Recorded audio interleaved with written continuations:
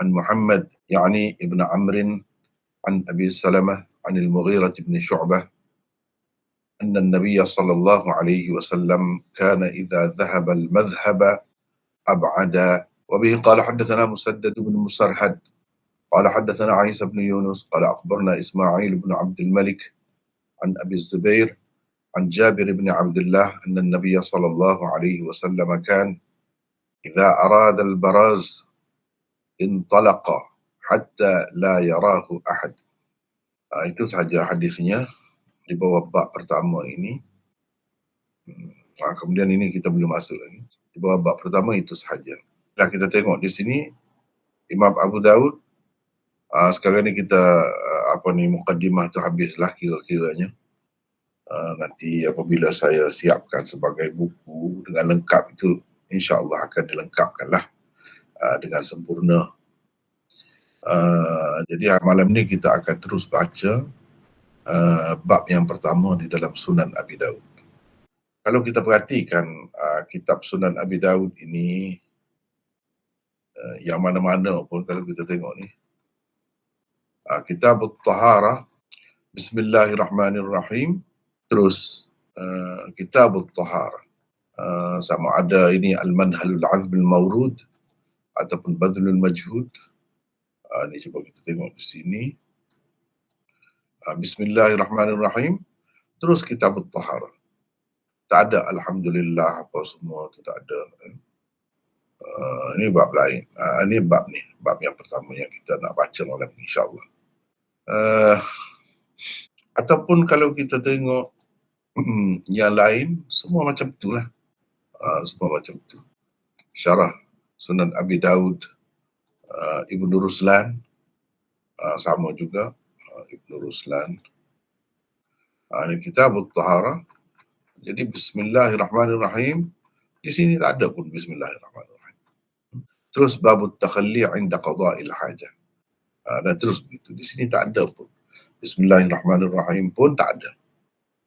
Apalagi Alhamdulillah apa semua tu, lagilah tak ada kan. Jadi cara penulisan ulama-ulama dahulu kadang-kadang begitu. Yang Nabi SAW suruh baca Bismillah apa semua tu baca, tulis tak mesti. Sebab tu jadi gini ni. Ataupun kalau kita baca Badlul Majhud ni, sekadar ada Bismillahirrahmanirrahim. Itu sahaja. Lepas tu terus Kitab At-Taharah.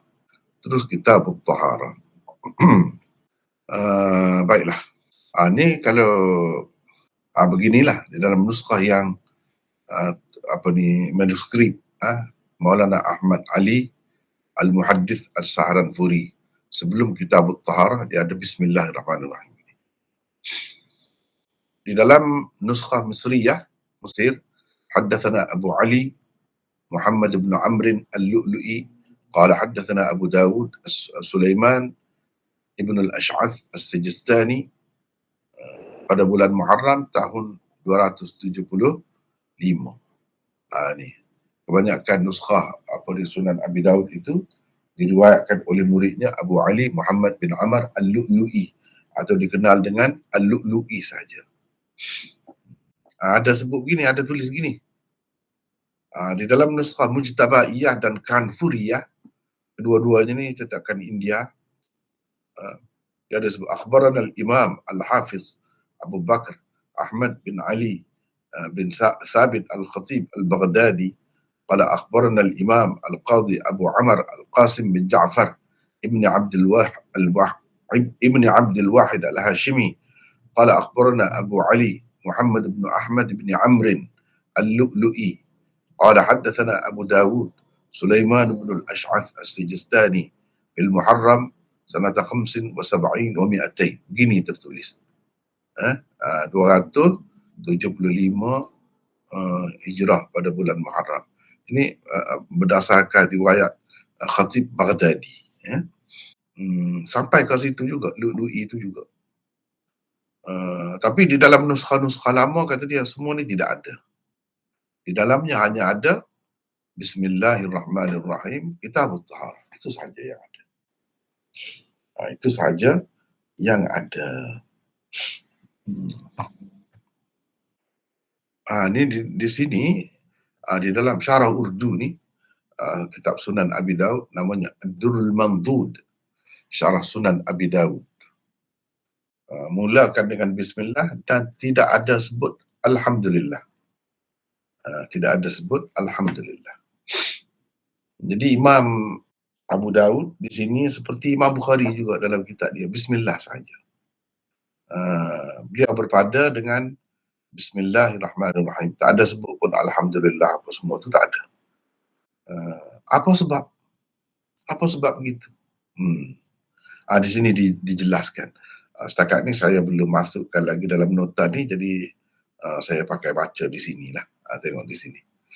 Sebahagiannya telah saya bincangkan di permulaan Sahih Bukhari, ya. Sahih Bukhari yang sudah dicetak tu, di awal dia ada perbincangan tentang bismillah dan alhamdulillah. Kenapa Imam Bukhari tak tulis alhamdulillah, bismillah sahaja. Di sana pun ada juga perbahasan sedikit sebanyak, boleh lihat di sana. Kenapa Imam Abu Daud sama juga dengan Bukhari dan ramai lagi ulama-ulama hadis dahulu, kalau dia mulakan kitab tu dengan bismillahirrahmanirrahim sahaja. Apa sebab? Jawapannya ialah kerana mengikut Al-Quran. Di dalam Al-Quran Allah berfirman, Iqra' bismi rabbik. Iqra' bismi rabbik. Jadi bismillahirrahmanirrahim itulah. Begitu juga di dalam hadis ada disebutkan, kullu amrin dhibalin la yubda'u fihi bi bismillah fahuwa abtar. Setiap urusan yang penting tidak dimulakan dengan bismillah, itu tiada berkatnya. Begitulah juga kita lihat di dalam kitab-kitab pengarang-pengarang, kitab-kitab hadis yang lain dari kalangan mutaqaddimin lah khususnya. Macam itulah cara dia buatnya. Bukan sahaja Imam Bukhari, Imam Malik, Imam Ahmad dan lain-lain lagi. Tirmizi ke apa semua sama, kecuali Imam Muslim. Sebab Imam Muslim selain daripada dia tulis bismillahirrahmanirrahim, dia itu juga tulis juga alhamdulillah.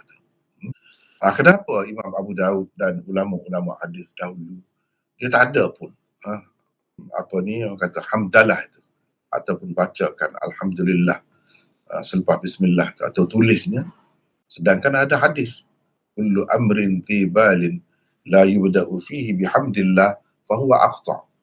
Ada hadis. Seolah-olahnya imam-imam ni, pengarang-pengarang kitab-kitab hadis ni, dia tidak pakai riwayat itu. Kenapa begitu?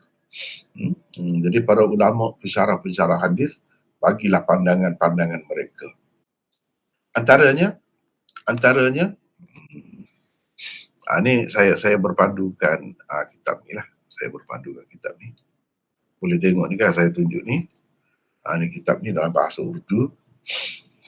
Yang pertama, jawapannya tidak semesti kalau kita tengok di dalam nuskha Abu Daud ni tak ada alhamdulillah, ada bismillah sahaja. Bermakna dalam semua nuskhahnya tak ada begitu. Bahkan ada di dalam setengah-setengah nuskhahnya, seperti yang tersebut di dalam Badrul Majhud tadi, ni kan, alhamdulillahirabbil alamin wal aqibatu lil muttaqin, ni sampai kepada wa ala alihi wa sahbihi ajma'in. Ibarat ini ada di dalam nuskhah bertulis tangan, iaitu yang ditulis oleh Maulana Ahmad Ali Saharanpuri. Sebelum Kitabut Taharah ni ada Bismillahirrahmanirrahim, alhamdulillahirabbil alamin begini sampai wa ala alihi wa sahbihi ajma'in ni ada. Tapi dalam nuskhah al-maktubah, manuskrip lah, kita panggil manuskrip, tulis tangan, karangan Maulana Ahmad Ali Saharanpuri, iaitu guru kepada Maulana Qasim Nanutwi, pengasas Darul Ulum Deoband.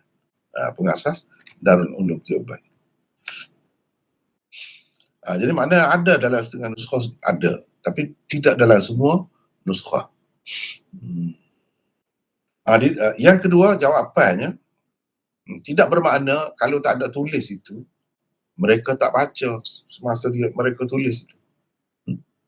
Sebab dalam hadis tadi, hmm, disebutkan kullu amrin dhi balin la yubda'u fihi bihamdillah, tidak dimulakan. Tidak dimula tu maksudnya baca, tidak mestilah tulis. Jadi kalau tak tulis bukan bermakna mereka tak baca. Kita dapat buat kesimpulan mereka memang tak baca. Tak ada pun, alhamdulillah. Seperti ada dinukilkan daripada Imam Ahmad, kalau dia baca hadis kan, ketika sebut hadis tu dia sebut sallallahu alaihi wasallam, tapi dia tak tulis. Tulis dia tidak. Dia sebut. Itu dinukilkan daripada Imam Ahmad. Maknanya kalau tidak tulis bukan berarti tidak baca, tidak baca. Itu yang kedua. Yang ketiga, oleh kerana riwayat tadi, riwayat itu dhaif. Jadi imam-imam hadis ini nak menunjukkan mereka pada anggapan mereka hadis itu dhaif, tidaklah perlu terikat sangat. Dan Imam Abu Daud sendiri dalam Kitabul Adab ada bincangkan tentang hadis ini. Yang keempat, yang tersebut dalam hadis surah Alhamdulillah apa surah Hamdalah tu kita panggil, itu berkait dengan ucapan, dalam syarahan ke ucapan ke, tidak termasuk dalam surat menyurat ataupun kitab, tak termasuk. Buktinya iaitu Nabi SAW bila tulis surat, kalau dia berucap, dia memang ada Alhamdulillah tu. Alhamdulillah nahmaduhu wa nasta'inu dan sebagainya. Dan dia tidak mulakan dengan bismillah, mana kalau dalam khutbah dia tu. Berbeza dengan kalau surat yang dia tulis. Maka dia akan tulis bismillah. Bismillahirrahmanirrahim min Muhammad Rasulillah ila Hiraql. Contohnya. Dia tak ada tulis Alhamdulillah apa semua tu. Jadi kitab ni pun dia seperti surat jugalah. Begitu juga dalam surat perjanjian di Hudaibiyah tu. Bismillahirrahmanirrahim. Hadza ma qada alaihi Muhammad Rasulullah dan lain-lain. Jadi dia tak ada tu tahmid. Hamdalah tu tak ada. Yang kelima, maksud alhamdu di dalam hadis itu tidaklah semestinya khusus dengan perkataan alhamdulillah begitu. Maksudnya ingat kepada Allah. Setiap perkara penting yang tidak dimulakan dengan ingat kepada Allah. Begitu. Tak mesti makna dengan lafaz alhamdu tu. Sebab apa? Sebab di dalam riwayat Musnad Ahmad jelas di tempat alhamdulillah tersebut zikrillah. Kullu amrin dhi balin lam yubda bi zikrillah fahuwa aqta' wa abtar. Jadi setiap urusan penting yang tidak dimulakan dengan ingat kepada Allah. Jadi ingat kepada Allah ni sudah tercapai dengan bismillahirrahmanirrahim. Ingat ke Tuhan dah tu. Ingat kepada Allah dah tu. Begitu. Jadi tak mestilah ada alhamdulillah. Alhamdulillah tu salah satu bentuk ingat kepada Allah sahaja. Yang keenam, pujian kepada Allah, hamdalah atau alhamdulillah itu sebenarnya nak menyatakan sifat-sifat kesempurnaan Allah. Dan maksud itu sudah pun ada dengan dibaca bismillahirrahmanirrahim. Sebab di dalam itu pun ada sifat Tuhan juga. Sifat Tuhan yang paling menonjol. Allah SWT buat alam semesta ni dengan sifat itu. Sifat itu yang menguasainya. Iaitu sifat rahmat. Iaitu Ar-Rahmanir-Rahim. Ar-Rahmanir-Rahim. Ni jawapan ini di ayah Syekh Zakaria berkenan. Maulana Muhammad Yahya berkenan jawapan ni. Yang nombor 9 ni dia berkenan. Sudah masuk dari situ. Tak apalah. Begitulah. Baik, kita pergi kepada Kitab At-Taharah. Kitab At-Taharah. Kitab At-Taharah. Terlebih dahulu kita tak terjemah lagi tadi kan. Kitab bersuci. Bab at-takhalli 'inda qada'il hajah. Bab menyepi atau menyendiri ketika hendak membuang air. Imam Abu Daud dan sanadnya meriwayatkan daripada Mughirah bin Syu'bah. Beliau berkata bahawa sesungguhnya Nabi SAW apabila hendak membuang air akan pergi jauh yakni jauh dari pandangan orang ramai. Itu maksudnya. Hadis yang kedua, Imam Abu Daud dengan sanadnya meriwayatkan daripada Jabir bin Abdullah bahawa Nabi SAW apabila hendak buang air, terutamanya air besar, akan pergi sehingga tidak ada seorang pun nampak baginda. Akan pergi maksudnya jauh lah. Akan pergi maksudnya jauh lah. Tapi tak adalah sebut lafaz jauh tu. Sehingga tidak ada seorang pun nampak baginda. Mana sebab pergi jauh. Inilah dua hadis di bawah bab pertama. Baik, terlebih dahulu kita bincangkan tentang Kitabut Taharah. Kitab bersuci. Kita ada nota yang pertama di sini. Imam Abu Daud memulakan kitabnya ini dengan kitab bersuci sesuai dengan jenis kitab hadis yang hendak ditulisnya, iaitu Sunan, kitab Sunan. Sunan adalah kitab hadis yang disusun mengikut tertib bab-bab fiqh. Oleh kerana para fuqaha memulakan kitab-kitab fiqh tulisan mereka dengan Kitabut Taharah, maka Imam Abu Daud juga menyusun kitabnya ini mengikut tertib itu. Soal kenapa pula para fuqaha memulakan kitab-kitab mereka dengan kitab Taharah? Maka jawapannya ialah kerana tujuan kejadian manusia itu adalah untuk beribadat atau mengabdikan diri kepada Allah. Sebagaimana disebutkan sendiri oleh Allah di dalam Al-Quran melalui firman-Nya ini, وَمَا خَلَقْتُ الْجِنَّ وَالْإِنسَ إِلَّا لِيَعْبُدُونَ. Dan ingatlah, aku tidak menciptakan jin dan manusia melainkan untuk mereka menyembah dan beribadat kepada-Ku. Jadi ibadat yang paling utama dan merupakan ibu bagi segala ibadat ialah salat. Itulah sebabnya mendirikan salat disebutkan selepas mengucapkan dua kalimah syahadah. Di dalam hadis yang menceritakan tentang rukun Islam. Lihat hadisnya di bawah ini. Bunyal Islamu ala khamsin. Syahadati an la ilaha illallah. Wa anna Muhammadar Rasulullah. Wa iqamis salat. Wa ita'iz zakah. Wal haji. Wa sawmi Ramadan. Jadi di sini disebutkan iqamis salat. Ini yang mula-mula sekali daripada, selain daripada bersyahadah itu, ini yang mula-mula sekali disebut. Menunjukkan rukun ini adalah yang terpenting. Ini mendirikan salat nombor dua tu. Oleh kerana ada beberapa syarat sebelum mendirikan salat, dan antara syarat terpentingnya ialah suci daripada kotoran dan hadas, atau bersuci daripada kedua-duanya. Maka para fuqaha dan pengarang-pengarang kitab-kitab sunan memulakan kitab-kitab mereka dengan kitab bersuci. Itu sebab kalau kita baca kitab Bukhari kan, dia tidak mula dengan kitab Taharah, tidak mula dengan kitab bersuci. Bahkan Imam Bukhari memulakan kitabnya dengan hadis wahyu, tentang wahyu. Itu. Dia mulakan bab dia. Bahkan sebelum itu, hadis hijrah tu, man kanat hijratuhu ila Allah wa rasulih, innamal a'malu binniyat. Lepas tu dalam bentuk babnya bab wahyu. Itu cara. Lepas tu bab iman. Kitab iman. Berbeza dengan kitab-kitab sunan ini. Kitab sunan ni seperti Sunan Abi Daud, Sunan Tirmizi, Sunan Nasa'i, Sunan Ibnu Majah. Sunan, mana-mana sunan lah. Kalau nama sunan, Sunan Darimi, Sunan Sa'id bin Mansur. Mana-mana sunan tu, kena ingat. Itu kitab hadis yang susunannya mengikut tertib fiqh. Mana dia akan sebut bab seperti yang tersebut di dalam kitab-kitab fiqh lah. Secara umumnya lah, tidak semestilah 100% sama. Tidak semestilah 100% sama.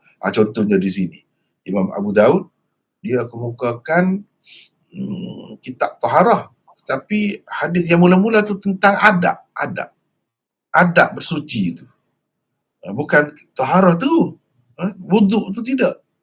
Adab sebelum itu. Sebelum bertaharah tu. Pergi buang air antaranya. Lepas tu sudah tu, barulah masuk bab wuduk. Yang sebenarnya nak ialah solat itu.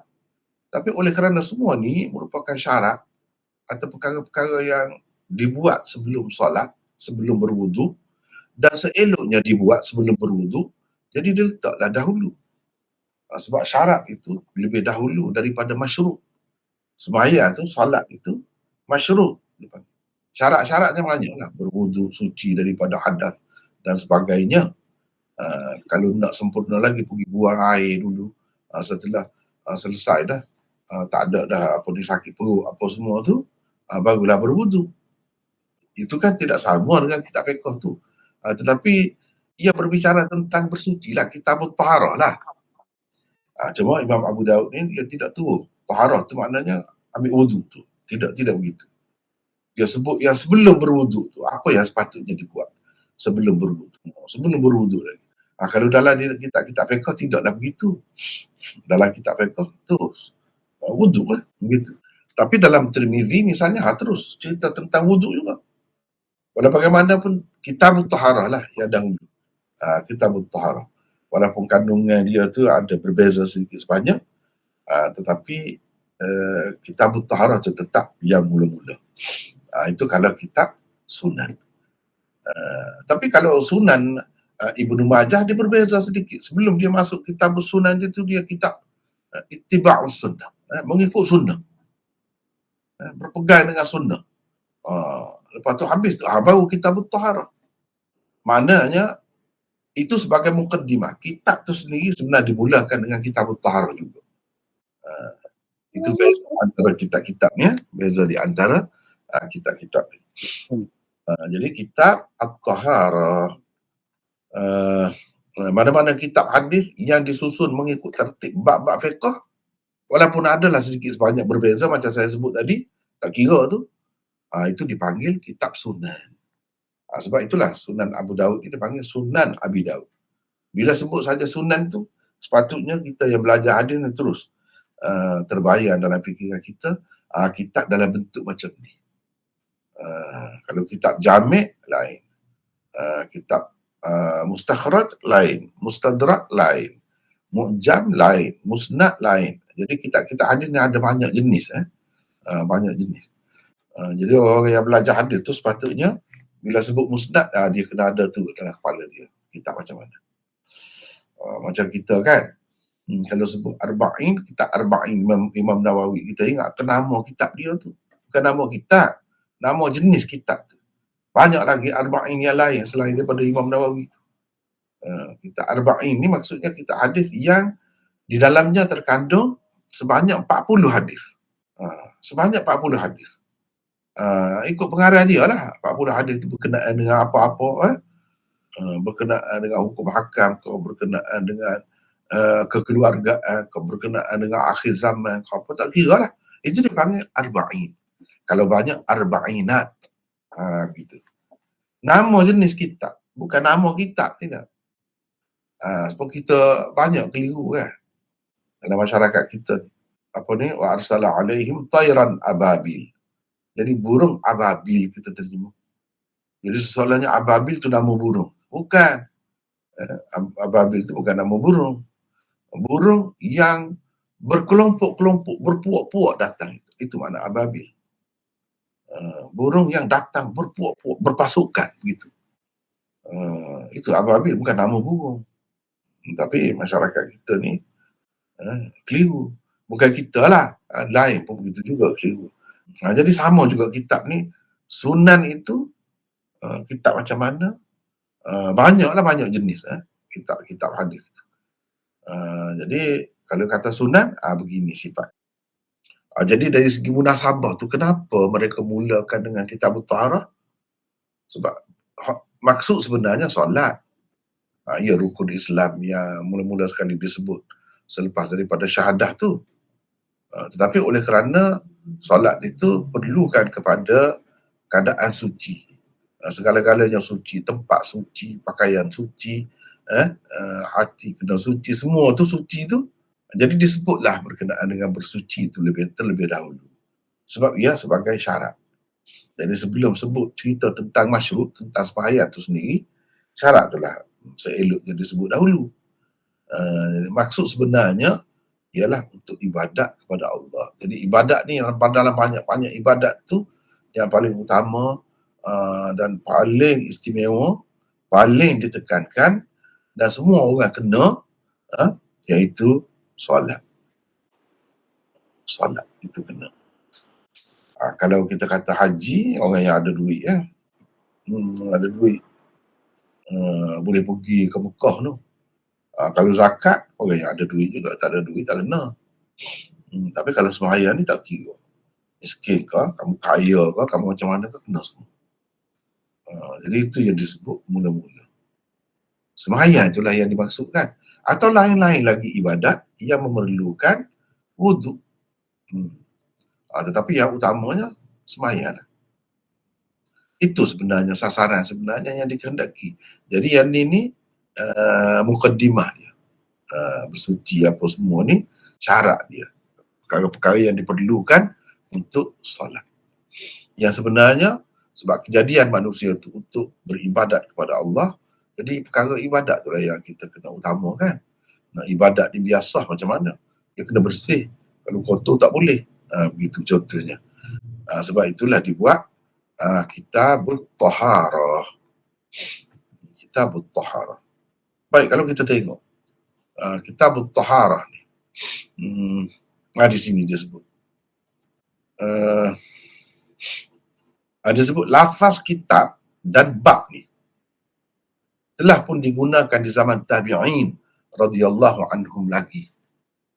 Dalam kitab-kitab ni, dia ada Kitabut Taharah, Babut Takhalli, bab tu. Kitab bab ni ada dah guna di zaman tabi'in lagi. Kitab tu dari segi bahasanya masdar dia, dengan makna jamak, kumpul dan gabung. Itu tak apalah, ini kita akan bincang kemudian. Taharah bil fathi, masdar tahara, daripada bab qatala dan qaruba. Tahura yathuru, tahara yathuru, boleh. Dari segi bahasanya bermakna an-nazafah wal khulus minal adnas, bersih dan lepas daripada segala kekotoran. Sama ada kekotoran zahir seperti najis-najis ataupun kekotoran yang abstrak, yang maknawi seperti keaiban-keaiban dan dosa-dosa, kena bersih. Itu dari segi bahasa. Dari segi syaraknya apa makna? Taharah tu, bersuci itu, iaitu zawalu hadath atau khabath bimutahhir, iaitu hilangnya hadath ataupun kekotoran dengan sesuatu yang menyucikan. Mutahhir. Mutahhir itu ada dua. Sama ada air, itulah bahan pencuci yang asalnya, ataupun tanah. Itu alat pencuci pengganti, sebagai pengganti kepada air, iaitu dengan kita bertayamum menggunakannya. Jadi menghilangkan hadas. Hadas ni tak nampak. Kita tak ada wuduk, bukan tu, tak nampak. Tapi keadaan kita tu keadaan hadas. Hadas tu terbagi kepada dua pula. Hadas besar, hadas kecil. Jadi tak kira lah hadas mana-mana pun, menghilangkan hadas itu dipanggil bersuci. Tapi cara bersuci itu dengan gunakan air dengan cara tertentu, yang kita panggil ambil air sembahyang. Kalau nak mengangkat hadas kecil. Kalau nak mengangkat hadas besar, itu dengan mandi. Meratakan air ke seluruh tubuh. Apabila seseorang itu berjunub, atau kalau perempuan itu ia suci daripada haid dan sebagainya. Itu mengangkat hadas besar. Hadas juga. Ataupun khabath. Khabath ni kekotoran lah. Kekotoran kita kencing, kita berak dan sebagainya. Lepas tu dia sebut dalam kitab ni, dia ambil pendapat Imam Ghazali. Taharah ni ada banyak martabat dia, ada banyak darjat dia. Satunya mensucikan zahir daripada hadas dan kekotoran. Kemudian yang keduanya mensucikan anggota tubuh badan kita daripada perkara yang haram. Yang ketiga, mensucikan hati daripada akhlak-akhlak yang tercela. Kemudian yang keempatnya, mensucikan jiwa, hati daripada selain Allah. Mana tidak bergantung dengan selain kepada Allah. Bergantung dengan Allah sahaja. Jadi oleh kerana yang membatalkan wuduk, kalau seseorang tu ada wuduk, kebanyakannya yang membatalkan wuduk ialah yang keluar daripada dua saluran najis, iaitu qubul dan dubur. Itulah yang menyebabkan seseorang itu perlu bersuci kebanyakannya. Sebab itulah Imam Abu Daud bada'a bil kalam ala ma yutlabu liqada'il hajah. Apa yang dituntut apabila seseorang itu nak qada hajat. Dia pun buatlah bab ni. Jadi nak qada hajat tu nak buat apa? Nak pergi kencing ataupun nak pergi berak. Kita kata nak buang air kecil, bahasa beradabnya. Nak buang air besar. Jadi pergilah. Bila pergi, batallah wudu. Dia kena berwudu lah. Kalau kita bersembahyang dalam keadaan itu tak sah sembahyang kita. Tak kena sebagaimana yang dituntut oleh Allah. Begitu ceritanya. Babut takhalli 'inda qada'il hajah. Bab menyepi atau menyendiri ketika hendak buang air. Para ulama, ni saya nak siapa-siapa lah baca pula. Saya baca saja jadi mengantuk pula sebelah sana. Boleh sesiapa baca? Silakan baca. Kita sama-sama tu. Silakan, saya pun tidak penat. Saya baca mana? Silakan, siapa ni? Abdul Basir. Abdul Basir. Daripada Subang, Ya, mana? Ya, silakan. Nota 2. Ya. Para ulama membezakan antara kitab dan bab di dalam kitab-kitab mereka. Perkataan kitab akan digunakan apabila di bawahnya disebutkan pelbagai masalah dari jenis yang sama. Tentu sekali di bawah semua jenis itu ada sesuatu. Tentu sekali di bawah sesuatu jenis itu ada banyak pula naunya. Naunya. Perkataan bab pula digunakan apabila mereka hendak memasukkan di bawahnya pelbagai masalah naunya yang sama. Dari nau yang sama. Ini kerana perkataan bab juga ada dipakai dengan erti nau dalam bahasa Arab. Fasal pula digunakan apabila beberapa perkara dari nau yang sama hendak diasingkan dan dipisahkan supaya ia terpisah dari apa yang telah tersebut sebelumnya. Kitab paling luas artinya kerana ia merangkumi jenis al-jins.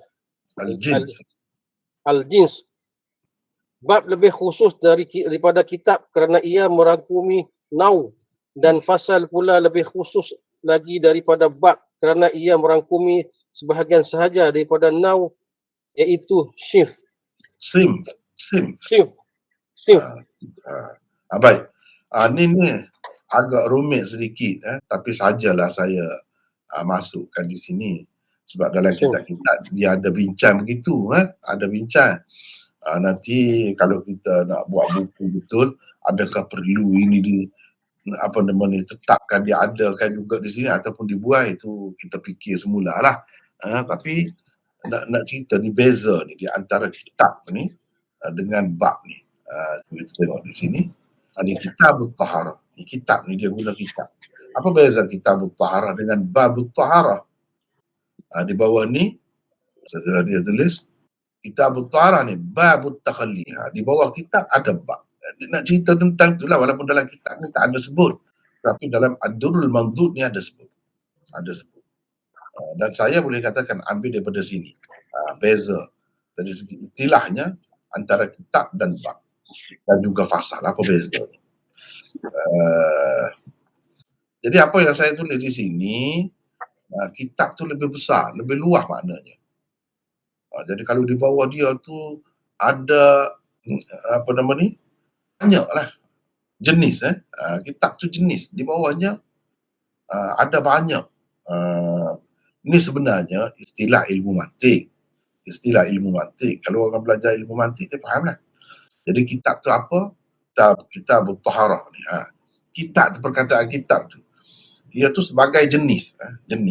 Jenis ni perkataan kulli, ni istilah. Yang di bawahnya ada banyak afrad yang berlainan hakikatnya. Itu dari segi ilmu mantik. Begitu.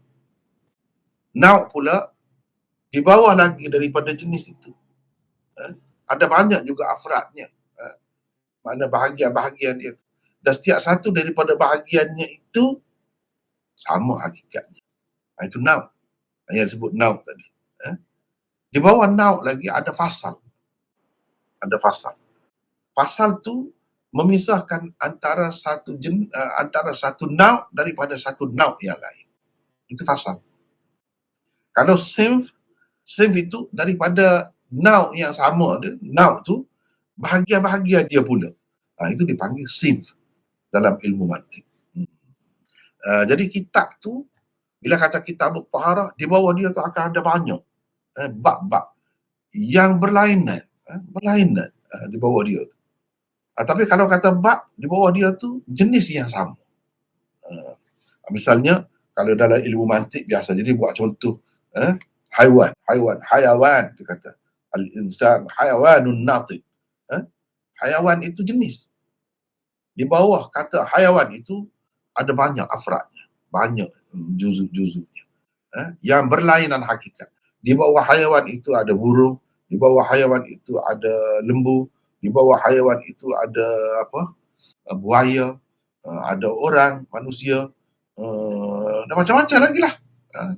Binatang lah apa? Manusia tu pun binatang juga, tapi berlainan hakikatnya. Itu orang panggil jenis. Jadi binatang itu, kalau orang yang belajar mantik, dia tu termasuk dalam kategori mana? Kategori jenis tu. Maknanya di bawah dia ada banyak afrad, dia panggil, yang berlainan hakikatnya. Hakikatnya lain. Tidak sama hakikatnya. Manusia tidak sama dengan lembu. Tidak sama dengan kambing. Begitu. Hakikatnya lain. Tapi semuanya binatang, termasuk di bawah binatang. Anak ni pula, maknanya di bawahnya itu ada hakikat yang sama. Di bawah haiwan tadi ada manusia. Manusia tu, semua manusia ni hakikatnya sama. Di bawah manusia tu ramai pula orangnya. Hakikatnya sama. Tak kira bangsa apa pun, duduk di mana pun, agama apa pun, sama hakikatnya. Tapi hakikat insan itu, manusia itu berbeza daripada lembu, berbeza daripada benda-benda lain, walaupun sama-sama binatang. Begitu. Fasal pula yang membezakan setiap nau tu daripada nau, membezakan manusia daripada binatang, daripada lembu, daripada kambing, daripada beruang dan lain-lain tu. Yang membezakan itu orang panggil fasal. Adapun sinf ni apa? Sinf ini daripada nau yang sama tu, bahagian-bahagian dia yang berlainan. Misalnya orang putih kita kata. Itu biasa dah. Bila sebut orang putih tu payah selalu. Tak termasuk yang lain tu. Bukan Melayu. Orang manusia lah, orang Melayu. Bila sebut Melayu tu, Melayu tu sinf. Semua Melayu ni, banyak pula bawah dia tu, Melayu ni, orang ni, dia termasuk dalam sinf yang sama. Di bawah nau, satu nau. Itu sinf. Jadi, kitab ni jenis. Bila kata kitab taharah, di bawah dia tu ada banyak, berbagai-bagai masalah. Berbagai-bagai masalah. Yang tak sama antara satu dengan yang lain. Kalau bab, di bawah dia tu ada nau. Nau mana hakikat yang sama lah. Sebab taharah bersuci, tentang bersuci sajalah. Tak termasuklah bahagian lain. Itu dari segi perbezaan saja ya. Kalau perlu, ambillah. Kalau tak perlu, tak payah. Banyak lagi benda-benda lain. Banyak lagi benda lain. Contoh-contoh lain. Misalnya kita kata jam tu apa? Jam. Orang yang belajar ilmu mantik memanglah dia hebat dari segi mentakrifkan sesuatu. Dia tepat. Takrif dia tu kemas. Jam tu alat yang menunjukkan waktu. Alat. Kalau tidak alat, matahari menunjukkan waktu juga. Tapi jam kah? Tidak jam. Sebab dia tidak alat. Jadi alat tu jenis orang panggil. Alat ni banyak pula. Pisau tu pun alat. Banyaklah alat-alat dalam dunia ni. Kren tu pun alat. Dan banyak lagi benda-benda. Alat-alat semua. Tapi kalau alat yang menunjukkan waktu, Jadi berbeza lah daripada. Tak kira lah jam pasir, kau jam apa, kau macam-macam jenis jam tu. Kalau alat, dalam bentuk alat, jam lah. Kalau dalam bentuk matahari itu bukan jam. Walaupun kepada setengah-setengah orang dia dapat tahu juga waktu. Tapi itu bukan jam. Sebab jam dia kena alat. Jadi alat tu jenis. Yang menunjukkan waktu itu fasal. Itu yang memisahkannya daripada benda-benda lain. Daripada alat-alat lain. Kalau pisau, alat yang memotong. Contohnya. Kalau anak kunci, alat untuk membuka kunci. Alat juga. Jadi alat tu, peringkat alat tu jenis. Yang membezakan daripada yang lain itu fasal. Tak apalah. Banyaklah panjang kalau kita nak cerita di situ. Ni nak ceritanya di sini kitab. Kenapa dia sebut kitab? Bila dia sebut kitab tu, apa maknanya? Di sini bab. Dia sebut bab. Apa beza antara dua ni? Itu yang kita bincang tadi tu. Kalau rasa perlu, ya ambillah. Kalau tidak, tak payah. Baiklah. Babut takhalli inda qada'il hajah. Menyepi ketika hendak membuang air. Qada' hajat. Orang kita pun ada sebut juga qada' hajat. Maksudnya nak buang air lah. Qada' hajat tu boleh jadi buang air besar, boleh jadi buang air kecil. Kita terus pergi kepada hadis ni. Haddathana Abdullah ibn Maslamah ibn Qa'nab al-Qa'nabi qala haddathana Abdul Aziz yakni ibn Muhammad dan seterusnya. Abdullah, tadi saya baca ringkas sanad dia, saya tak baca semuanya. Baca dalam hadis saja. Dalam terjemahan tu tak ada. Baik, kita tengok terjemahan Abdullah bin Maslamah bin Qa'nab al-Qa'nabi.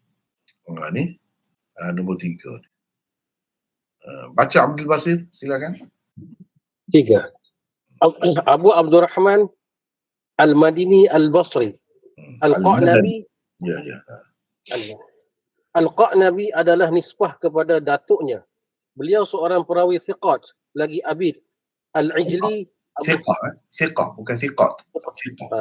Beliau adalah perawi thiqah, lagi abid.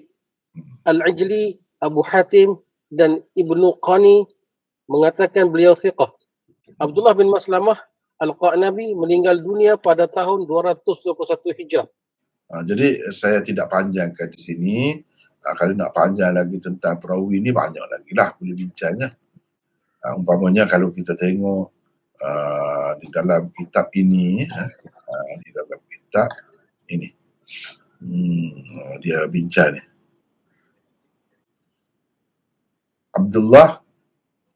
Abdullah ibn Maslamah bi fathil mim. Maslam, bukan Muslimah ada, Maslamah. Qa'nab dengan fathah dan sukun. Qa'nab, ain tu mati, nun tu bagi di atas pula kata dia. Qa'nab. Al-Qa'nabi ini nisbah kepada datuknya.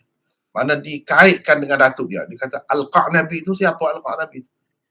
Abdullah bin Maslamah bin Qa'nab. Qa'nab itulah. Jadi anak cucu puak-puak ni Al-Qa'nabi semuanya.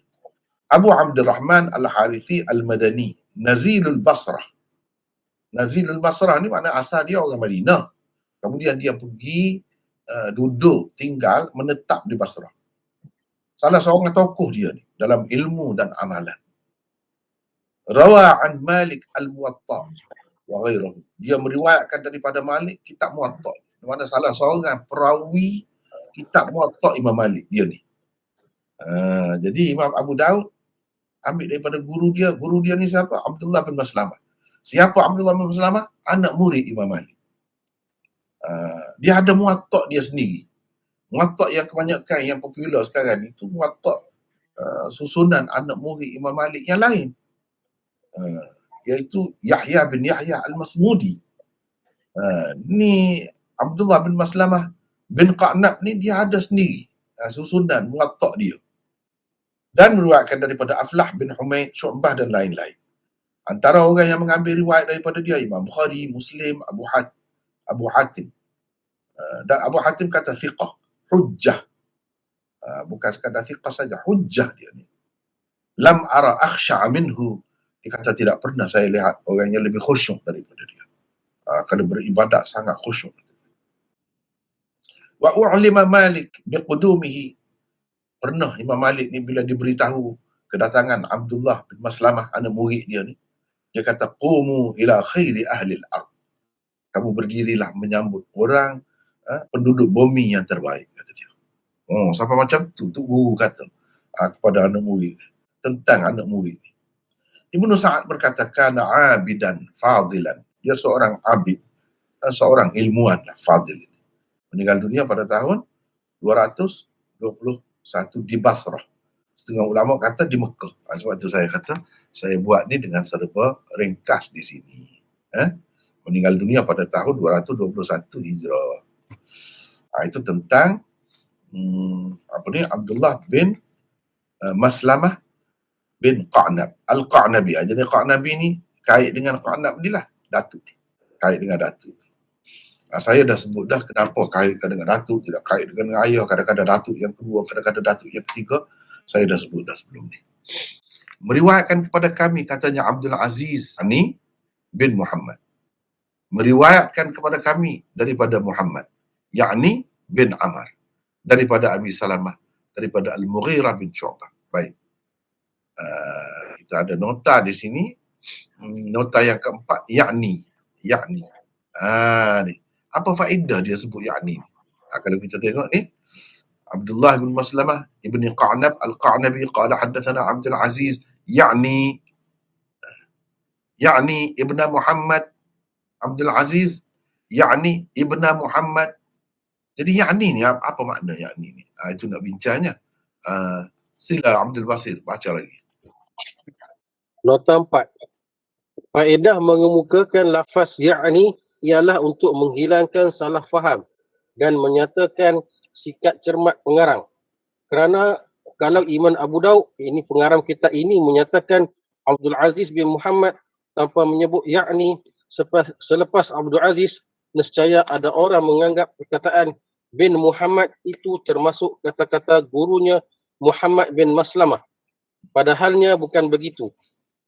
Ia bahkan kata-kata pengarang yakni Imam Abu Daud sendiri menambahkan lafaz yakni di sini adalah untuk menjelaskan bahawa Abdullah bin Maslamah tidak berkata bin Muhammad, tetapi itulah orang yang dimaksudkannya. Itulah arti perkataan yakni yang terdapat di dalam sanad pada semua tempat di dalam kitab ini. Jadi kita ingat, akan datang kita akan bertemu banyak dalam sanad ni, dia ada yakni. Yakni itu apa makna? Jadi Imam Abu Daud menjelaskan maksud guru dia Muhammad bin Maslamah tu, dia kata Abdul Aziz, dia tak sebut bin Muhammad. Tapi Imam Abu Daud tolong kita. Dia kata maksud dia, yakni maksudnya ialah bin Muhammad. Jadi Abdul Aziz tu bin Muhammad. Itulah yang dimaksudkan walaupun dia tak sebut. Saya tahulah. Gitu. Jadi itu kata-kata Abu Daud. Kenapa Abu Daud kata begini yakni tu? Takut jadi orang keliru, tidak amanah pula. Padahal tu guru dia Abdullah bin Maslamah, dia kata Abdul Aziz sahaja. Abdul Aziz. Kalau tak ada yakni ni, seolah-olahnya orang faham tu guru dia kata Abdul Aziz bin Muhammad. Padahal bin Muhammad ini Abdullah bin Maslamah tak kata. Yang dia katanya Abdul Aziz saja meriwayatkan kepada kami daripada Muhammad. Yakni pula, yakni bin Amr. Jadi ini bukan dikatakan oleh tuan asal. Cuma Imam Abu Daud menjelaskan Muhammad ni Muhammad mana? Muhammad bin Amr. Begitu. Begitu caranya. Jadi dalam Abu Daud ni semula kalau kita bertemu yakni ni, itulah maksudnya. Bukan maksud perawi yang asal tu sebut begitu. Jadi ini betapa imam-imam hadis ni bercermat dalam meriwayatkan. Kalau tok guru dia sebut Abdul Aziz saja, dia tak ada sebut bin. Dia ingat tu. Tok guru dia sebut Abdul Aziz saja. Tetapi supaya orang tak keliru Abdul Aziz mana, dia tolong tambah. Yakni tu makna je, maksudnya, yang dimaksud Abdullah bin Maslamah dengan kata Abdul Aziz itu, iaitu bin Muhammad. Abdul Aziz bin Muhammad. Bukan Abdul Aziz bin orang lain, bukan. Begitu. Dia cermat. Dan daripada sini kita tahu Abdullah bin Maslamah hanya sebut Abdul Aziz saja. Dia tak sebut bin Muhammad itu. Sama juga selepas ni, bin Amr dia tak sebut. Abdul Aziz bin Muhammad itu meriwayatkan kepada kami daripada Muhammad. Sekarang tu yang dia sebut. Kita ada sebut bin Ammar itu. Jadi bin Ammar itu Imam Abu Daud tolong jelaskan Muhammad itu Muhammad bin siapa? Bin Ammar. Itu maksudnya. Baik, nombor 5. Baca lagi. Muhammad bin Ammar bin Nota 5. Bin Alqamah bin Waqqas Al-Laythi Abu Abdullah Al-Madani, salah seorang imam hadis. Sesetengah ulama hadis mempertikaikannya. Ibrahim Al-Jawzajani berkata tidak kuat. Ibnu Sa'ad berkata seorang yang banyak hadisnya tetapi dianggap dhaif. Imam Bukhari meriwayatkan hadisnya berserta perawi lain. Makrunan bi ghairihi. makrunan bi ghairihi. Ya. Muslim pula mengambil hadis sebagai mutaba'at. Perkataan yakni di sini sama seperti sebelumnya. Jadi sama seperti sebelumnya. Iaitu tuan asal tak kata begitu. Tetapi murid ni tolong ceritakan. Tolong jelaskan. Bin apa tu? Muhammad tu Muhammad mana? Muhammad bin apa? Muhammad bin Ammar. Dia tolong jelaskan. Jadi kalau kita tengok di sini Muhammad bin Ammar ini para ulama berbeza pendapat tentangnya.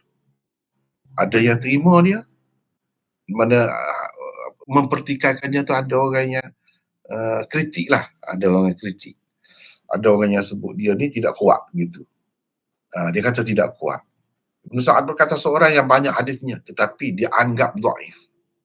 Imam Bukhari meriwayatkan hadisnya berserta perawi lain. Dia tidak seorang dia bersendiri, tidak.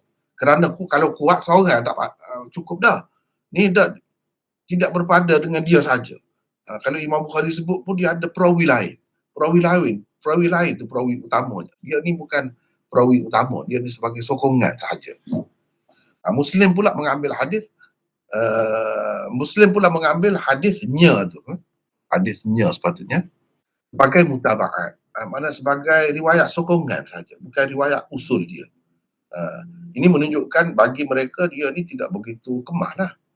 Kalau kemah betul, apa perlunya? Ambil daripada orang lain lagi, cukuplah dia saja. Begitu. Tapi perkataan yakni di sini sama seperti sebelumnya, sama juga. Begitu. Kemudian satu perkara lagi yang saya rasa perlu disebutkan juga di sini. Ni cuba tengok. Saya selalunya bila kata haddatsana ke akhbarana ke, saya terjemah meriwayatkan. Abdullah bin Maslamah bin Qa'nab meriwayatkan kepada kami. Jadi haddatsana. Kalau akhbarana pun saya terjemah begitu juga. Jadi kedudukan haddatsana ni ingat ke tidak? Siapa ingat? Yang kita sudah belajar dulu, saya nak tanya lah rasa. Apa beza haddatsana dengan akhbarana? Siapa boleh jawab? Silakan. Supaya hidup sikit majlis ni. Siapa ingat? Apa beza antara haddatsana dengan akhbarana? Nanti akan ada. Ya. Apa haddatsana ni dia macam berdepan dengan tok guru lah. Akhbarana ni macam anak murid baca ramai-ramai, tok guru dengar. Macam tu lah. Haddatsana macam mana? Haddatsana ni macam dia bertalaki lah antara guru dengan anak murid. Anak murid baca, tok guru dengar. Macam tu. Hafiz Farhan. Ya. Baik, orang lain ada pendapat lain? Setuju ke dengan Hafiz Farhan kata tadi tu? Betul dah dia jawab tak macam mana? Betul. Haddatsana. Apa tak dengar? Haddatsana guru sampaikan dekat murid Maulana. Lepas tu? Akhbarana murid ramai-ramai baca untuk guru. Betul ke? Baik. Orang lain ada lagi? Saya nak pasti pasal kita bukan baru belajar kita hadis ni. Kita Abu Daud ni banyak dah belajar dalam Bukhari, dalam Tirmizi, apa semua tu. Selalu bertemu. Macam mana? Maulana. Ya. Haddatsana guru baca kepada murid. Dan akhbarana murid baca, guru membetulkan, mengiyakan. Ada lagi yang lain? Silakan. Ada lagi yang lain? Saya nampak tak ingat betul tu. Daripada jawapan yang diberi tadi tu, nampak tak ingat betul apa yang saya cerita tu. Assalamualaikum Maulana. Waalaikumsalam. Ni siapa ni? Saya Muhammad Sobri daripada Bandar Puncak Alam. Ya, ya. Dulu rasa macam lupa-lupa ingat masa mengaji Ila Tirmizi tu. Dan seingat saya dalam masalah tu Imam Tirmizi anggap hadatan dengan akhbaran ni macam sama lah. Saya ingat saya lah. Wallahualam. Orang lain lagi? Ada lagi orang lain? Biar hidup sikit majlis ni. Saya Maulana. Mengikut Bukhari hadatsana dengan akhbarana ni sama. Saya tidak tanya sama ke tidak. Saya tanya apa beza. Jelas ke tidak soalan tu? Apa beza antara dua tu? Maulana. Ya, ya. Assalamualaikum Maulana. Arsyad. Izzuddin. Silakan. Silakan. Hadatsana tu guru murid mengikut apa yang guru sampaikan. Apa? Tak dengar. Tak jelas. Tak jelas. Izzuddin lah, Izzuddin. Izzuddin macam mana? Hadatsana ni apa yang murid dengar daripada lafaz guru. Kalau akhbarana ni lafaz yang murid riwayat balik tu bertepatan apa yang bersesuaian dengan apa yang disampaikan kepada dia. Itu tak perlu. Ada lagi orang lain nak bagi? Assalamualaikum Maulana. Silakan. Baru jelas. Hadatsana iaitu murid menyampaikan kepada guru mengikut apa yang guru sampaikan. Dan akhbarona itu murid membaca di hadapan guru yang dibenarkan yang guru membenarkannya. Ada lagi yang lain? Silakan. Saya cuba. Ya, silakan. Ni Wan Zaidi. Ya. Wan Zaidi daripada mana? Daripada Putrajaya. Ya, silakan. Dalam majlis penyampaian hadis, di mana murid tu ramai, guru yang baca kalau hadatsana. Tapi kalau akhbarana dalam majlis penyampaian hadis, murid ramai dan salah seorang murid yang sampai baca hadis kepada guru. Itu baru tepat. Itu baru tepat. Hadatsana guru baca, murid ramai. Hadis yang macam tu yang guru baca, murid-murid ni ramai, bila salah seorang daripadanya nak riwayatkan, dia kata hadatsana. Itu murid ramai. Kalau murid ramai, salah seorang daripada mereka baca, guru dengar, guru mengesahkan, bila mereka nak meriwayatkan, mereka akan kata akhbarana. Itu bezanya. Kalau murid seorang, guru baca, murid seorang, lepas tu dia nak riwayatkan hadis itu, dia akan kata haddatsani, bukan haddatsana. Haddatsani. Tadi sebutkan guru baca saja. Kena tahu murid tu ramai ke tidak? Kalau murid ramai, semasa terima tu haddatsani. Kalau murid seorang saja, haddatsani. Kalau murid baca, murid seorang saja di hadapan guru. Lepas tu murid tu nak riwayatkan hadis, dia kata akhbarani. Kalau murid seorang saja. Tapi kalau masa terima tu murid ramai, bila dia nak riwayatkan hadis yang diterima tu, yang dibaca tadi, mereka akan kata akhbarana. Gitu. Itu bezanya. Yang saya nak sebut di sini, para ulama khilaf pula tu. Apa bezanya? Ada beza ke tak ada beza hadatsana dengan akhbarana ni? Bolehkah kita tukar satu perkataan dengan perkataan yang satu lagi? Bolehkah? Ya, ada khilaf. Kebanyakan ulama mutaqaddimin, termasuk empat imam tu, Imam Malik, Imam Abu Hanifah, apa semua, dia kata sama, boleh tukar-tukar. Hadatsana dengan akhbarana boleh. Walaupun untuk guru baca, itu memanglah semua terimalah untuk hadatsana. Tapi kalau murid baca pun, guru dengar, guru tak baca. Bila murid ni nak menyampaikan hadis itu, dia boleh kata hadatsana. Padahal sepatutnya dia kata akhbarana. Boleh. Nak kata akhbarana pun boleh, nak kata hadatsana pun boleh. Mereka terbukalah dalam masalah ni. Antara yang berpendapat terbuka ni Imam Malik, Imam Bukhari, Imam Tirmizi, ni terbuka. Bagi mereka tak kisah. Hadatsana akhbarana ni sama saja. Boleh kita tukar boleh. Tetapi kalau Imam Muslim, Imam Nasa'i dan Imam Abu Daud, ni yang kita belajar malam ni, Imam Abu Daud. Kena ingat ni. Saya nak sebut. Saya tak akan sebut selalu, jangan-jangan sebut. Mereka membezakan antara hadatsana dengan akhbarana. Hadatsana mesti kalau yang guru baca saja. Tak boleh ditukar dengan akhbarana. Murid amal, murid terima, guru baca. Bila dia nak riwayatkan hadis yang guru sampaikan itu, mereka mesti kena kata hadatsana sebab guru baca. Tapi kalau murid baca, murid amal, murid baca, bila mereka nak meriwayatkan hadis yang didengar oleh guru, yang dibaca, murid baca tadi, mereka akan kata akhbarana. Tak boleh tukar dengan hadatsana. Ini siapa? Imam Muslim, Imam Nasa'i, Imam Abu Daud. Kena ingat. Dia jaga betul tu. Kalau tempat hadatsana, jangan tukar dengan akhbarana. Tak boleh. Salah, itu tidak amanah. Sehingga Imam Abu Daud ni kadang-kadang kalau berbeza tu hadatsana dengan akhbarana tu, dia sampai buat tahwil. Ada tahwil itu. Ada tahwil. Nak ceritanya ada beza. Sampai begitu sekali. Dia ambil berat. Jadi kita kena fahamlah. Sekarang ni kita belajar kitab Imam Abu Daud. Jadi pengarang dia tu, apa sikap dia dalam masalah. Apa pendirian dia. Pendirian dia berbeza antara dua istilah tu. Jangan bermudah-mudah lah. Bila kita baca kitab Imam Abu Daud, seperti mana ada dalam ni, kena baca macam tu. Jangan mudah-mudah. Tapi kalau kitab Bukhari, Tirmizi, tak apa. Boleh kita tukar-tukar pun tak jadi masalah. Dengan sebab itu, nuskha-nuskha tu memang berbeza banyak sangat. Tirmizi tu. Dalam nuskha ni hadatsana, dalam nuskha ni akhbarana. Jadi masalah? Tak jadi masalah. Sebab bagi dia sama saja. Tapi kalau Abu Daud memang jadi masalah. Tak boleh. Kalau hadatsana kena riwayat, kena hadatsana. Kalau akhbarana kena akhbarana. Begitu ya. Begitu.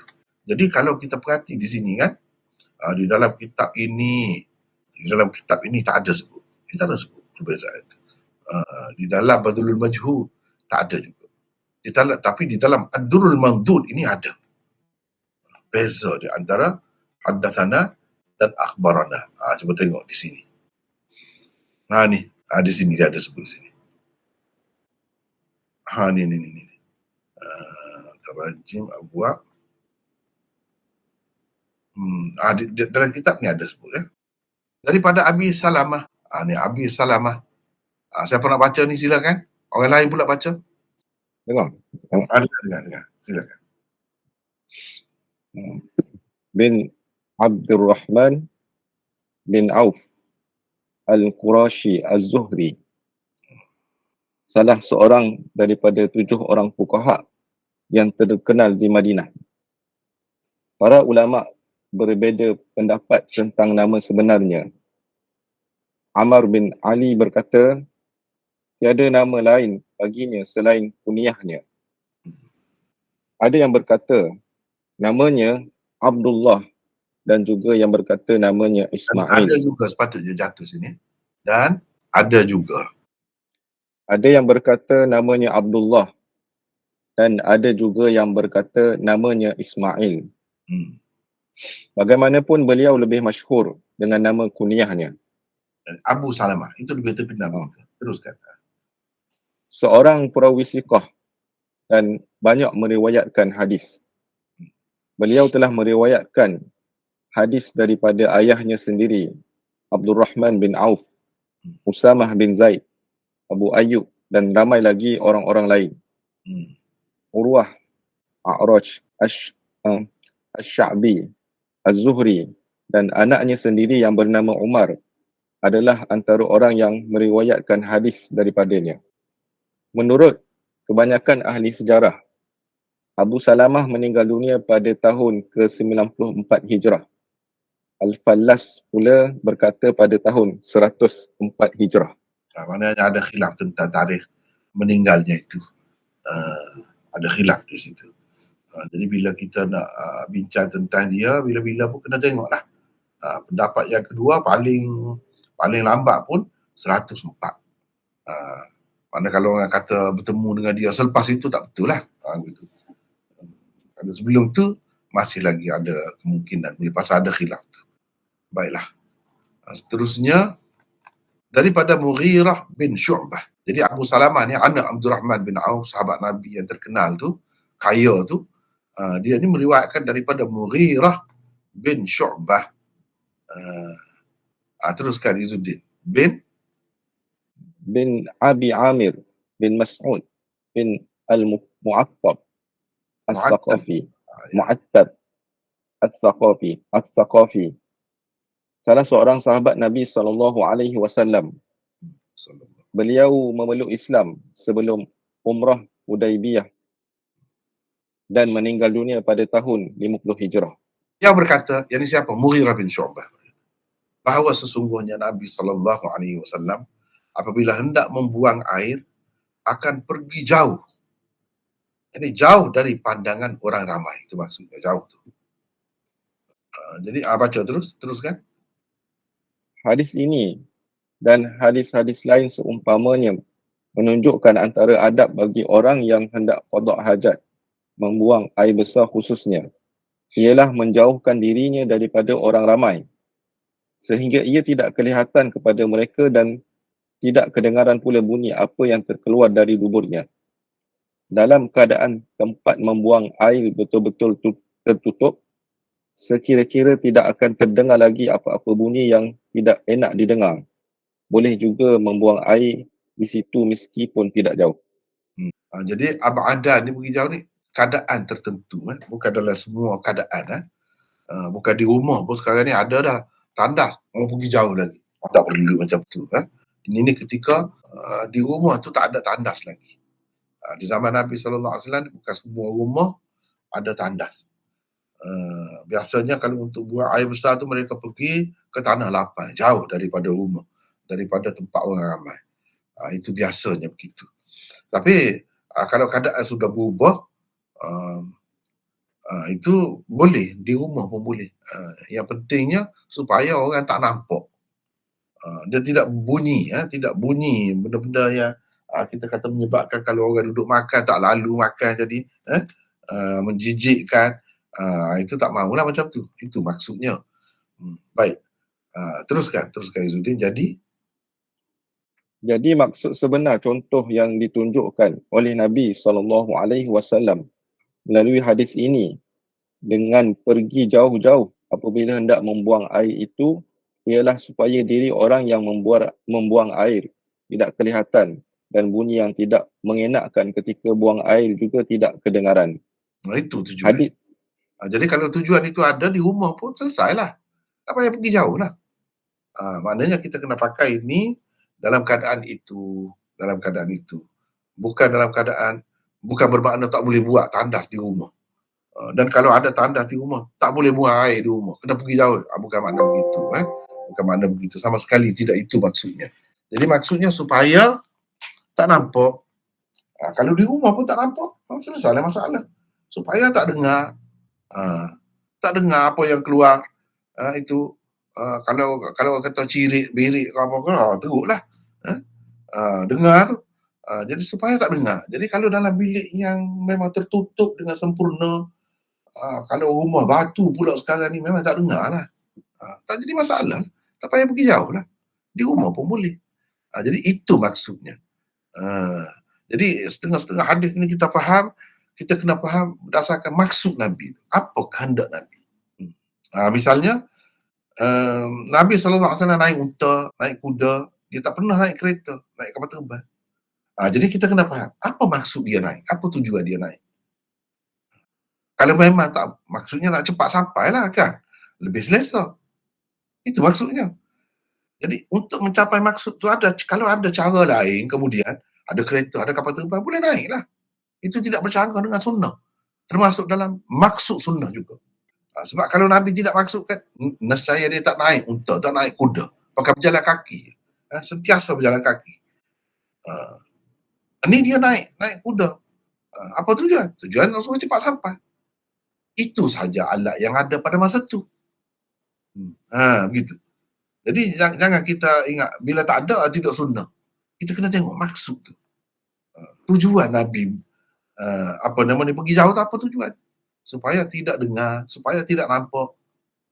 Kalau benda tu tercapai dengan kita ada tandas yang cukup kemas lah, tertutup lah, tak dengar lah sudah selesai masalah, dah dapat dah maksud tu.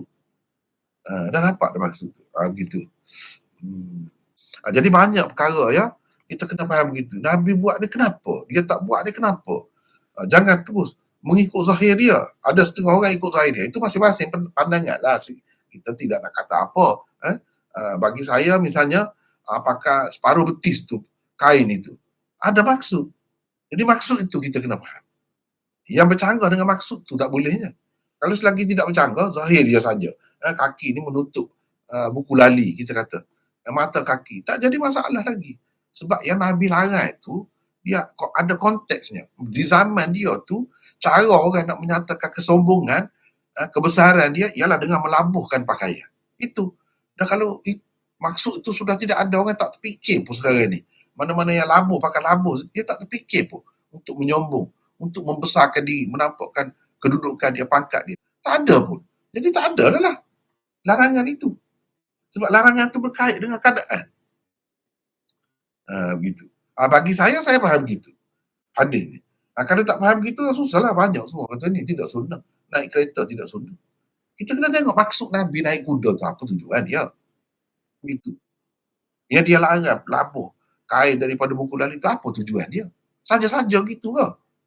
Tuhan jadi murka, Tuhan laknat, Tuhan tak suka, Tuhan benci kepada orang semata-mata kerana dia melabuhkan kain gitu. Walaupun dia tidak ada maksud apa-apa. Dia tak terfikir pun. Nak menyombong, nak membesarkan diri dia, nak takabur. Dia tak ada pun maksud itu. Adakah orang itu juga dilaknat? Tuhan tidak pandang di akhirat besok? Tidak begitu. Itu benda yang kita kena faham. Kalau kita faham begitu kan, luas nampak hadis. Tidak sempit lah. Tidak terikat dengan zahir dia saja. Baiklah. Teruskan. Izzuddin. Hadis ini bertaraf hasan. Selain Abu Daud, hadis ini diriwayatkan juga oleh At-Tirmizi, An-Nasa'i, Ibnu Majah, Ad-Darimi, Ahmad, Ibnu Khuzaimah, Al-Baihaqi dan Al-Hakim. Tirmizi mengatakan hadis ini hasan sahih. Ibnu Khuzaimah mensahihkannya. Al-Hakim pula mengatakan ia menepati syarat Muslim dan keputusannya itu dipersetujui Imam Az-Zahabi. Jadi hadis ini paling komen pun kita kata, paling komen pun dia hasan. Bahkan ada yang mengatakan ia sahih. Walaupun tadi ada perawi dia tu dipertikaikan, tapi tidak sepakat ulama mempertikaikannya, mengatakan ia dhaif. Bahkan kebanyakan ulama mengatakan ia thiqah, kuat. Jadi bagi orang yang mengatakan dhaif, dia kata dhaif lah. Tapi kita kena tengok jumhur ulama, kebanyakan ulama kata macam mana. Jadi ini paling rendah pun hasan. Bahkan ada ramai juga ulama yang mengatakan sahih. Jadi boleh pakai lah. Boleh pakai. Tapi boleh pakai pun maksud dia tu kena faham. Sekarang ni dah ada tanda di rumah dah, untuk apa pergi jauh? Nak pergi sejauh mana? Pergi mana-mana pun bandar juga kalau duduk dalam bandar. Bukan boleh buang air tempat terbuka begitu. Sistem hidup kita ni dah jadi macam lain. Jadi kita itu nanti kita akan bertemu hadisnya. Nabi SAW pernah buang air di dalam rumahnya sendiri. Ada. Ini menunjukkan boleh. Taklah kata mesti pergi jauh tu. Tak mesti. Cuma dalam keadaan tidak ada tandas, eloknya pergi jauh lah. Eloknya pergi jauh. Dan hadis ini menunjukkan Nabi SAW seperti orang lain juga. Tidak kata najis dia tu bau wangi, seperti air wangi. Tidak. Kalau najis dia tu air wangi, tak perlu pergi jauh. Untuk apa pergi jauh? Nyusah saja. Dan najis dia tu dia anggap najis juga. Kalau tidak najis, untuk apa pergi? Pergi jauh, buang-buang jauh-jauh. Dan kalau tidak najis, orang boleh ambil berkat. Dengan najis tak boleh ambil berkat. Kalau tidak najis, boleh ambil berkat lah. Jadi rugilah kalau begitu. Macam rambut Nabi kan. Dia cukur rambut, dia bagi-bagi kepada sahabat. Sebab suci. Boleh bagi. Boleh dia ambil berkat dengan rambut tu. Tapi dengan najis Nabi, kalau ada yang minum air kencing Nabi itu bukan Nabi menggalakkan, Nabi suruh, tidak. Dia termasuk dalam maghlubul hal. Orang yang tidak dapat mengawal diri dia tidak sedar diri dia. Jadi dia dimaafkan lah. Tidaklah kata dia berdosa. Sebab dia tidak sedar diri. Tapi adakah pernah kita dengar sahabat-sahabat besar seperti Sayyidina Abu Bakar, Sayyidina Umar duduk berebut najis Nabi, air kencing Nabi, isteri Nabi tu kalau kita kata eloklah minum air kencing Nabi tu dapat berkat, tak ada orang lain lah, isteri dia dulu dapat. Tapi tidak begitu. Ini menunjukkan Nabi SAW dari sudut-sudut tertentu, ia manusia. Seperti manusia, terikat dengan hukum manusia lah. Seperti manusia, dia sakit, ada sakit ke tidak? Ada. Demam ada ke tidak? Ada. Makan ada ke tidak? Makan. Sama lah. Sebab itu dia pergi. Kalaulah najis dia, setengah-setengah ulama kata najis dia tu tidak najis. Dia kata suci. Kalau suci, apa makna hadis ni? Kenapa pergi jauh? Sia-sia saja. Dan dengan cara begitu, orang tak menyimpulkan najis dia tu suci lah. Kalau dia nak menunjukkan suci sungguh, sepatutnya dia tak pergi jauh lah. Buang saja, buang air di dekat-dekat rumah dia. Dalam rumah dia pun apa salahnya, dan tidak najis. Ini cara nak faham hadis, cara yang betul. Dan itu tidak mengurangkan Nabi. Bahkan ada benda-benda macam ni menyelamatkan manusia ni daripada memuja Nabi. Daripada mengangkat Nabi itu sampai ke tahap Tuhan. Sampai ke tahap Tuhan boleh jadi. Jadi dengan kita jelas ada benda-benda macam ni, kita tahulah dia tu Rasulullah. Cukuplah tu, lebih daripada orang lain tu. Tak perlulah angkat sampai ke peringkat Tuhan. Dan benda ni, penyakit itu, semua umat, mana-mana pun umat dulu, umat Bani Israel, yang agama yang kemudian ni pun, Sikh itu pun, dah buat guru nanak dia tu macam Tuhan. Nabi Isa dia anggap macam Tuhan. Itu bahaya. Sebab itulah hikmah dalam Islam ni kenapa Nabi tu jelas disebut dengan jelas sebagai manusia tu apa faedahnya. Faedahnya supaya manusia ni dah mikirlah. Dia dah dapat kontrol perasaan dia. Nabi ni walaupun lebih macam mana pun dia tetap manusia, orang, bukan Tuhan. Apa buktinya? Ni tengok. Dia buang air begitu. Adakah Tuhan buang air begitu? Dan disebut. Tidak disembunyikan benda tu. Tidak disembunyikan, tidak diberitahu. Semua orang tahu. Nabi SAW bila nak buang air, dia pergi jauh. Untuk apa pergi jauh kalau suci, kalau bau wangi? Sepatutnya itu menjadi mukjizat lah pula. Menjadi mukjizat lah pula. Luar biasa Nabi. Tapi tidak begitu. Kalau macam tu, banyaklah timbul perkara yang lain pula. Kenapa dia makan? Dia dah tak makan lah. Baru betul jadi mukjizat pula. Kalau macam tu, dah bukan manusia lagi lah. Sedangkan semua kita maklum. Di dalam Quran, Nabi Ibrahim kata, wa idza maridtu fahuwa yashfin. Bila aku sakit, dia menyembuhkan Tuhan. Maknanya Nabi boleh sakit. Nabi kita pun sakit. Di akhir hayat dia tu sakit. Begitu. Jadi itulah yang kita kena faham daripada hadis ni. Nampaknya kita tak sempat dah nak teruskan. Dan satu hadis kita telah baca, yang satu lagi tu kita tangguh dahululah. Walaupun banyak lagi sebenarnya. Di sini biasanya mula-mula ni disebutlah sanad tu daripada Imam Abu Daud sampai kepada Nabi dah ada dah. Daripada saya contohnya. Ataupun orang lain sampai kepada Imam Abu Daud macam mana sanadnya. Dan sebab itu kita kata wabihi qala haddatsana. Apa makna wabihi? Bihi itu dengan sanad. Jadi tak sempat malam ni saya nak cerita, itu mungkin saya boleh sebut pada ketika lain lah. Dan ini sekadar inilah dulu untuk malam ni insya-Allah. Boleh faham ke tidak tu? Atau ada apa-apa masalah? Silakan. Setakat itu dulu. Assalamualaikum warahmatullahi wabarakatuh. Waalaikumsalam. Silakan. Ya. Saya nak tanya perkara haram yang perlu disucikan dahulu sebelum solat tu. Bagaimana dengan perkara haram? Perkara haram yang perlu disucikan sebelum solat.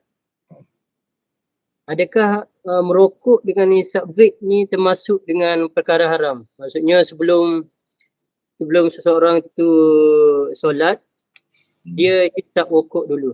Ataupun wuduk tu sendiri boleh menggugurkan dosa merokok ataupun vape sebelum solat. Itu saja Maulana. Terima kasih. Jadi itu masalah khilaf. Walaupun boleh dikatakan kebanyakan ulama kemudian ini mengatakan haram. Tapi saya rasa tak perlulah ketat sangat kan. Terimalah juga pendapat yang mengatakan makruh tu. Makruh. Walaupun bagi saya secara peribadi, bagi saya anggap haram. Saya anggap haram. Cumanya yalah, haram ni pun ada banyak peringkat juga kan. Banyak peringkat juga. Mudah-mudahan dengan wuduk itu kesilapan dia atau kekurangan dia tu diampunkan oleh Allah SWT. Mudah-mudahan gitu. Maulana, apa ni Mudrikah bin Syu'bah ni salah satu sahabat Nabi yang tinggal di Taif kan? Mana tu? Ada di sini ke? Ada tadi ya. Dia Mudrikah bin Syu'bah. Mana? Dia ada atas dia Abai Izu dia baca. Mudrikah bin Syu'bah tu salah satu. Mana bin Syu'bah? Mughirah bin Syu'bah. Dia tu Mughirah bin Syu'bah. Dia salah satu sahabat yang tinggal di Taif kan? Dia Mekah juga, orang Mekah. Oh, okey. Cuma dia masuk Islam sebelum umrah Hudaibiyah. Itulah saya ada cek dia punya biodata. Okey. Umrah Hudaibiyah tu tahun yang ke-6 Hijrah. Ya, betul. Okay. Silakan. Yang lain, orang lain, silakan. Ya, Maulana. Ya. Ini pertanyaan saya Maulana tentang tadi Maulana bahas tentang hamdalah. Para ulama ternyata berbeda pendapat. Hamdalah ini apakah dimulai dianjurkan di dalam menulis? Ternyata sebagian para ulama tidak menganjurkannya, tapi hanya dalam khutbah saja, dalam ceramah pidato saja. Pertanyaan saya yang pertama, ada Syekh Al-Albani tulis satu kitab, kalau nggak khilaf saya judulnya Khutbatul Hajah. Itu beliau membawakan hadis-hadis, antaranya seingat saya dalam riwayat Imam Ibnu Majah dan yang lain-lainnya. Artinya beliau menguatkan pendapat bahwa ada khutbatul hajah yang senantiasa dibaca Nabi, mulai dari innal hamdalillah nahmaduhu wa nasta'inu sampai seterusnya. Dan Nabi dalam riwayat itu disebutkan juga ada riwayat fa inna khairal hadisi kitabullah wa khairal hadi Muhammadin sallallahu alaihi wasallam syarrul umuri muhdatsatuha dan seterusnya. Pertanyaan saya, bagaimana pandangan Maulana terhadap riwayat-riwayat atau khutbatul hajah yang disebutkan oleh Syekh Al-Albani ini, sehingga beliau menghidupkan sunnah ini yang ramai kalau di Saudi, ramai yang mengikuti beliau, atau di Jordan juga. Itu pertanyaan yang pertama Maulana. Dan yang kedua, tadi saya dapat faedah dari saya dapat satu kitab di sela-sela Maulana menyebutkan tentang perbedaan haddatsana dan akhbarana. Ternyata Imam Abu Ja'far At-Tahawi tulis satu kitab At-Taswiyah baina haddatsana wa akhbarana. Pertanyaannya, adakah kitab lain tentang hal ini yang kami para tulab bisa mengambil faedah lebih? Pertanyaan yang ketiga Maulana, ini tentang asma rijal Sunan Abi Daud. Apakah kitab yang Maulana anjurkan, Maulana berikan saran kepada kami para penuntut ilmu untuk lebih mendalami lagi tentang asmaul rijal Sunan Abi Daud ini? Maulana, mungkin itu itulah pertanyaan saya.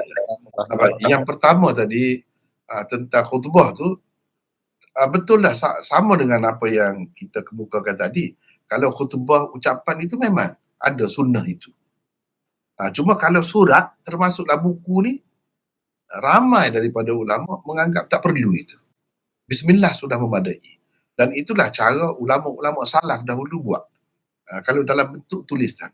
Tapi kalau tidak dinafikan, boleh. Kalau kita gabungkan kedua-dua sekali itu kan lebih bagus. Tentu sekali begitu. Cuma kalau kita nak ambil salah satu atau nak utamakan yang mana satu. Kalau untuk penulisan memang Bismillah itu lebih utama. Berbanding Alhamdulillah. Tapi yang Syekh Albani sebut itu berkenaan dengan khutbah. Kalau khutbah memanglah ada lah. Hamdalah apa semua tu memang ada. Seperti yang kita sebut tadi lah. Lebih kalau ada Bismillah di situ pun tidak salah. Kalau dalam khutbah tu Bismillah pun tidak salah. Tapi kalau yang sudah Rasulullah SAW buat, macam mana kita eloknya macam itulah. Dia tak ada Bismillah dengan Alhamdulillah sajalah. Macam dalam khutbah raya apa semua tak perlu dah Bismillah tu. Terus Alhamdulillah lah. Jadi kalau yang jelas begitu kita ikut yang tu. Yang keduanya tentang apa tadi, hadatsana dan akhbarana. Itu salah satu kitab yang penting. Selain daripada itu, kita kena tengoklah syarah-syarah kepada umpamanya Ilal Imam Tirmizi. Sebab dalam tu dia ada satu bab kan, bincangkan tentang perbezaan di antara hadatsana dengan akhbarana. Walaupun ia sebut secara ringkas, tapi untuk mendapat keterangan yang lebih terperinci, kita kena tengok syarah-syarah dia. Itu yang kedua. Yang ketiganya tentang Asma'ur Rijal. Di dalam Sunan Abi Daud ini, sebaiknya kita rujuk kepada semua syarah-syarah. Apa yang saya lakukan sekarang ni, saya buat begitulah. Saya buat begitu. Kalau tak ada di sini, saya ambil di sini. Begitu. Itu yang sebaik-baiknya. Kemudian kalau ada yang sudah ada tahqiq atau takhrij ulama-ulama tertentu, itu lebih baik lagi, lebih membantu kita lah. Umpamanya banyak sekarang ni dah ada tahqiq, misalnya Syekh Shu'aib Al-Arnaud dan lain-lain itu, dia akan sebutlah benda tu tentang sanad tu macam mana. Jadi kita kena rujuk. Sekarang ni lebih memudahkan kita banyak tentang perawi-perawi di dalam kitab-kitab hadis yang masyhur-masyhur ni, boleh dikatakan banyaklah ada. Kita kena pakai kitab-kitab itu. Macam kitab Sunan Abi Daud dengan tahqiq, dengan takhrij itu Shu'aib Al-Arnaud dan lain-lain lagi. Itu kena rujuk juga. Selain daripada syarah-syarah yang lama-lama ni, kita kena rujuk dan gabungkan semua itu. Itu sebaik-baiknya. Kita buat begitu. Wallahu a'lam. Saya rasa cukuplah dulu ya setakat ni malam ni. Dan hadis satu lagi tu kita bawa ke depan lah, insya-Allah. Akan sambung, akan datang. Yang kedua ini baru hadis yang pertama. Jadi sekadar itulah dulu untuk malam ini. Wallahu a'lam. Wa akhiru da'wana alhamdulillahi rabbil alamin. Assalamualaikum warahmatullahi wabarakatuh.